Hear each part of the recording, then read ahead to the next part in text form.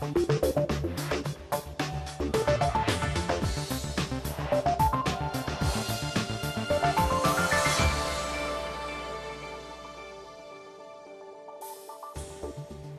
and welcome to the programme. I'm Nima Abuwarte and we're at the annual boat show in Dubai, where you can buy the latest mega yacht or seafaring accessory. But it's not all smooth sailing out there.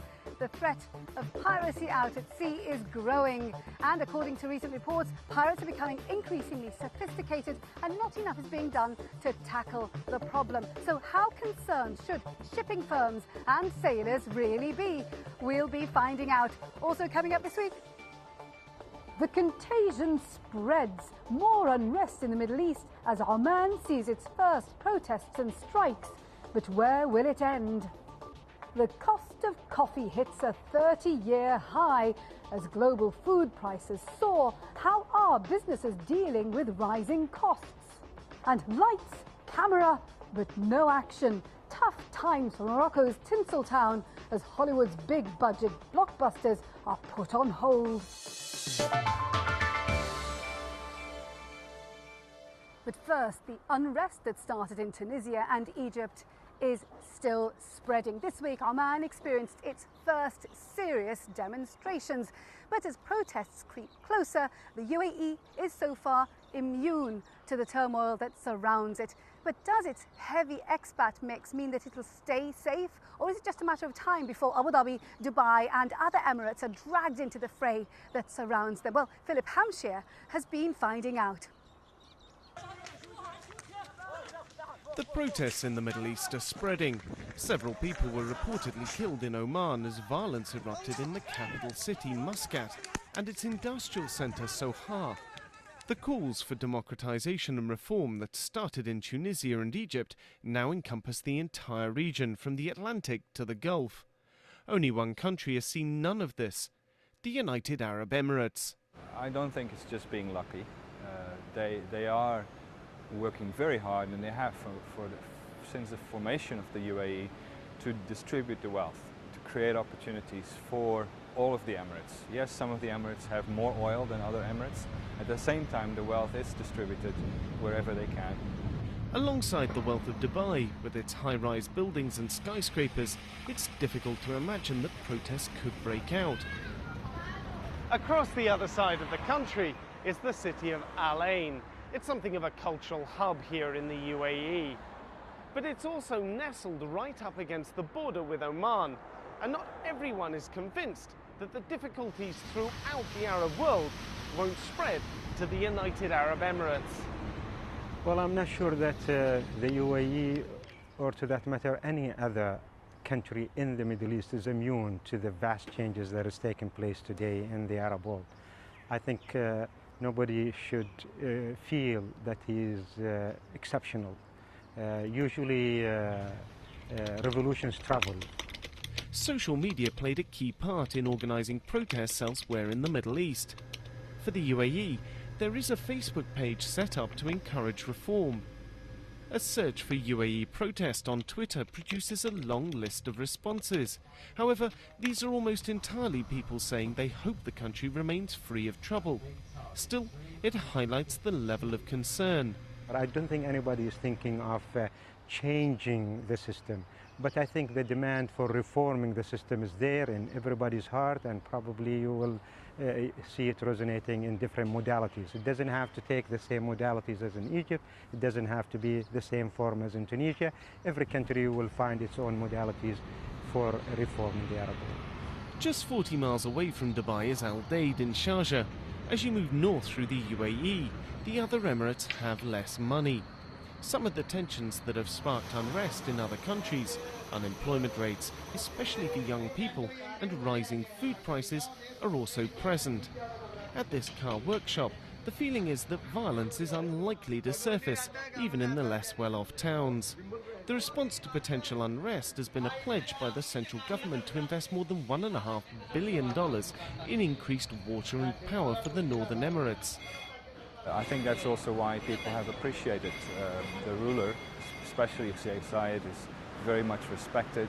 and he was always coming up with programs like the housing projects for Emiratis that maybe were not doing too well. It's not clear whether the UAE can resist the wave spreading through the region. So far, though, there seems little appetite for protest in the Emirates. Philip Hampshire reporting there. Now, last week, 4 Americans hijacked by Somali pirates off the coast of Oman were killed by their captors. It's the latest in a series of increasingly violent pirate attacks and bigger ransom demands. And the problem is getting worse. The pirates are better organised and better equipped than ever.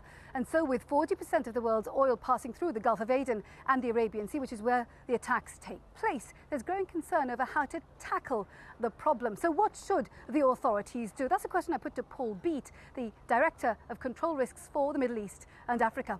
The absolute key to solving the problem is to solve the problem in Somalia. The main pirate haven, Haradiya, is a lawless community without any control from any government. That's the root of the problem. It's difficult to see what governments can do more. It's now really more reliant on the shipping industry themselves to solve the problem. And in the eyes of the law, a merchant ship at sea, the master and the owner are responsible for the safety of that vessel, not any government. But we're talking about, what, 30,000 vessels in the Arabian Sea every month. 47 attempts at attacks, 7 successful. These are very small numbers relative to the number of ships, so people aren't really taking it seriously, it would seem.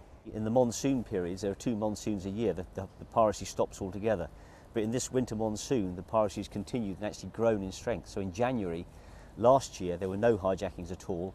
In January this year in the Arabian Sea, there were 47 attempted hijackings and 7 successful hijackings. The threat seems to be accelerating. And the main reason for that is the pirates are using motherships, so they're using captured merchant vessels to be able to enable them to stay at sea for long periods of time and travel, more than 1,000 miles from Somalia to hijack ships.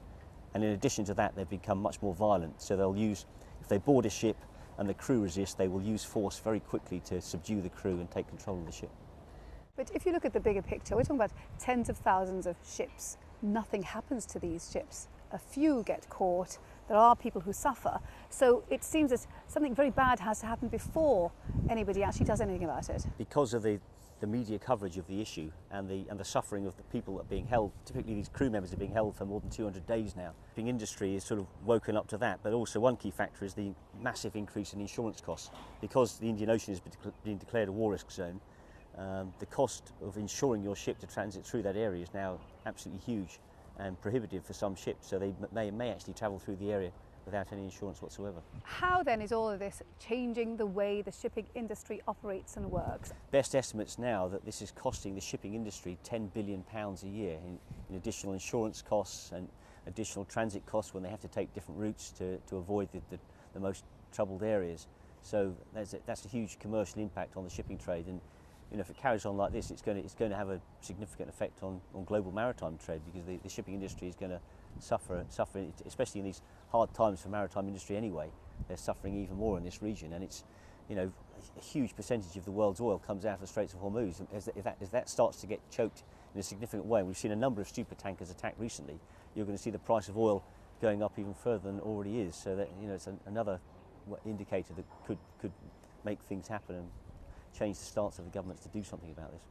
Paul Beat of Control Risks speaking to me earlier. Now, it's the biggest gas discovery in decades, a major field off the Israeli coast, enough to serve its needs for at least 100 years. But the find is at the centre of a row between the Israeli government and the American companies that discovered it. So what could this mean for the region's volatile energy landscape? Well, Mohammed Manzoor has been finding out. The energy index of the Tel Aviv Stock Exchange has risen by 1,700% in the past year. In recent months, energy stocks accounted for about a quarter of trading activity on the exchange, which was once mostly the domain of real estate companies. Amid the stock market frenzy, the Israeli government started considering changing its 1950s-era energy royalties and tax regime to boost the government's take of the gas revenue. In November 2010, a government-appointed committee made preliminary recommendations to abolish tax breaks for energy firms and impose steep tax increases of 20 to 60% on windfall profits.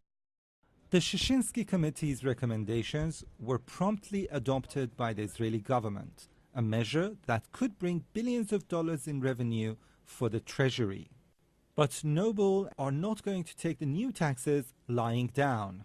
We have invested billions of shekels in all what we have done in the energy field. In Israel overall, and we took our share of it, there had been 513 drills that had been dry. All the investment went down the drain. Now that we had found gas, we are being inflicted by a threat to increase the taxation to one of the highest levels in the world, and it is about to be implemented retroactively. It is not fair, and it upsets the investors' expectation. The proponents of the revised tax system say the move is in line with similar action taken by other Western countries and is endorsed by both the International Monetary Fund and the OECD. The contract they sign when they get the license to dig specifies that the Israeli government is allowed to change royalties and taxes. And they knew in advance, and they should have known in advance. They declare it. If they look around the world, what happened with other countries, all the countries who found large deposits of gas and oil did increase the government take. Israel's gas find is also making waves abroad. Lebanon has staked out its own claim to offshore gas. Any discoveries next to our boundaries in Israel, part of it definitely is in Lebanon.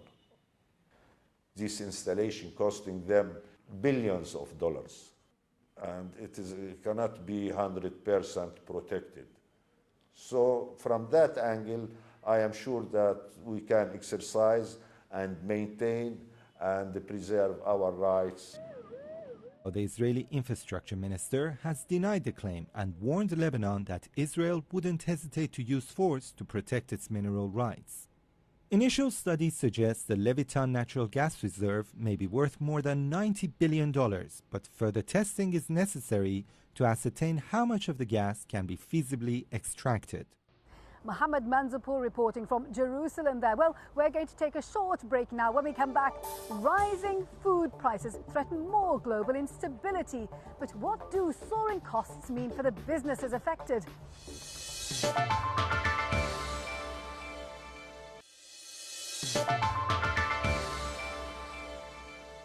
Welcome back to the programme. I'm Nima Abuarte. Now, one of the biggest reasons for the recent unrest across the Middle East has been the rising cost of food. And it's not only consumers who are being affected, businesses are also being hit. Now, coffee is one commodity that has soared in price. It's now at a 34-year high. So how are businesses coping? That's a question I put to Richard Jones, the founder of Coffee Planet. There is this increasing demand at a time when world stocks of the raw beans are very low. We've had consecutive years of bad harvests. Rain has ruined a lot of the growing season, and the price has been driven up. The raw cost of the Arabica beans that we buy is at a 34-year high. 1977 was the last time the coffee price was this high. And it's due to continue to rise. And there are other big brands around the world that are reporting that the consumer price is likely to go up 40% this year. So I think that's a real challenge. It has an impact on your margin. It means you have to maintain, the strict controls over your overheads to make sure that you've got the money, the profits to invest and to continue moving forward. So, we've tried to start working more and more with farmers directly, so that we've got a route not only to maintain our supply lines, but actually to get some certainty over our price as well. So I would say for all coffee companies right now, the biggest challenge is around the price of the raw bean. The cost has gone up. You must pass it on to the consumer. How are you dealing with that?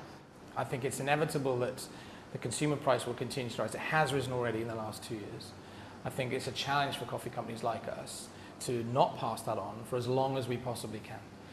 The markets are telling us that the raw coffee price is going to continue to rise. So it's going to become a challenge. In the next 4-6 months, I think there's going to be a real challenge for all coffee companies, including us. But Starbucks had to close 1,600 outlets around the world. How are you getting consumers to buy your coffee? People are prepared to pay the money for a quality product, and I think if we can educate people about what fresh coffee tastes like, then there's going to be a substitution. And I think we're trying to tell people really that because we produce it locally, it's fresh when it's in their cup.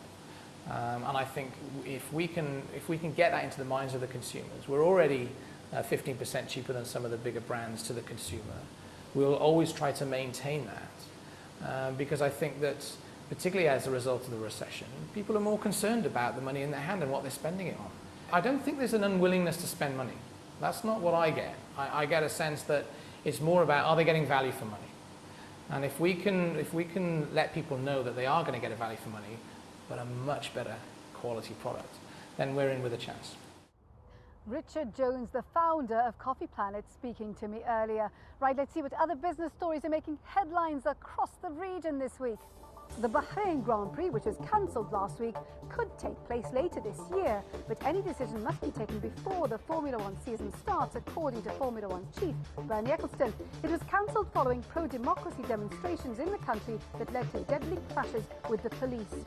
Saudi Arabia has said it'll do everything possible to stabilise the international oil market by increasing supply in consultation with other oil producers. The chaos in Libya has sent international oil prices skyrocketing, and experts say it could take weeks or even months for production and exports to return to normal. The Spanish government is trying to attract Arab capital to help its banks, but it's a long way off from raising what's needed, an estimated $27.5 billion. So far, the UAE said it'll invest more than $200 million, and Qatar says it'll invest nearly $415 million.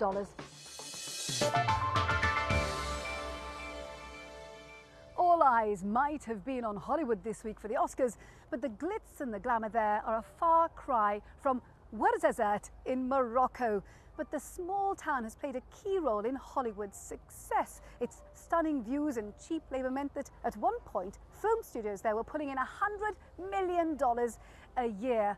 But the economic crisis has meant that many Hollywood producers have had to put their film projects on hold or cancel them altogether. So what's left to do for Ouarzazate's army of film extras and technicians? Well, Jeremy Howell has been there to find out.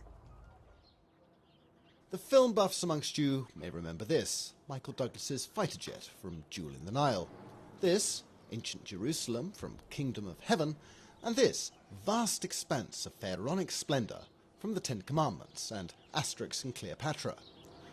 All of them are in Ouarzazate, a small town in southern Morocco perched between the Atlas Mountains and the Sahara Desert. Hollywood producers love it so much that in its golden year, 2008, they spent $100 million in its studios. But all that's ancient history now, because then came the financial crash and a big slump in film revenues. I will say that it dropped about 45 to 50%. We saw that coming by the financial crisis and also by the strike of the screenwriters. We knew that there was no more movies that would be made because there was no movies, no screens that were written. So we saw that, and then some actors went on strikes too. So we saw all of that coming, but it hit us. A hit to Ouarzazate Studios, an even worse one for the town's residents. Actors, extras, focus pullers, grips. The film industry really does suck in labour. That's why thousands of Moroccans came here to the studios in Ouarzazate, hoping to lead an actor's life or simply to make a living. But when major feature films are cancelled or postponed, then many of those people have to look for whatever other work there is in this sleepy provincial capital. Okay, this way, please. Ahmad Kadi used to earn his living as a film extra in Ouarzazate. Now he guides tourists around the sets he once acted on. It's very, very bad times now. We have like very late movies, and we have like, until now, is like just in 2010 we have like 2 or 3 films. I mean, it is not good for this area. And a lot of people, they go out, they go from Ouarzazate to Marrakesh or Casablanca for working because they have a lot of job. It's not like here. It is very bad year, you know. But 200 or 300 film buffs a week come to Ouarzazate from all over the world to wander amongst these sets. The film industry here has unwittingly spawned a tourist industry, and that generates jobs. The man who built these monumental Egyptian statues is Rashid Kiram. Back at his workshop, he's still turning out the same polystyrene marvels, but these days they're for Ouazzazat's restaurants and hotels. If there are no films, we work on restaurants and hotels, doing traditional decorations in a biblical or Egyptian or Roman style. We make the foyers and the rooms look ancient because that attracts more clients. If there aren't film sets to build, there's other work. But Ouazzazat's film moguls say that it's about to see a turnaround in its fortunes. They've already taken bookings for some major international productions to be shot this year. In April, Ridley Scott with his Alien movies will shut in with that. There are some Canadian productions companies coming to make a prosecuting. Film Commission gives them this logistical assistance for free, and we expect some French companies also for a project to move towards that. I think that 2011 is a year that will be better than 2009 and 2010 because of the economical crisis. Ouazzazat hopes there'll be a rapid recovery in film spend because maintaining sets costs money. So does exercising the horses for the Ben-Hur films. And there's a limit to the amount that Ouazzazat can earn trading on its former glories. Jeremy Howell reporting from Morocco there. Well, our time is very nearly up. I do hope you've enjoyed our programme. Before we go, let's see how the region's main markets finished the week. And remember, we'd love to hear from you. Our email address is middleeastbiz@bbc.co.uk. And remember, you can keep up to date with us every day of the week now using Twitter and Facebook. That's where you'll see the latest photos and news from the BBC's business teams across the world. Now, next week, we're looking at the impact of the unrest across this region on banking. Until then, from me, Nima Abouarte, and the rest of the team, thank you for watching. Bye-bye.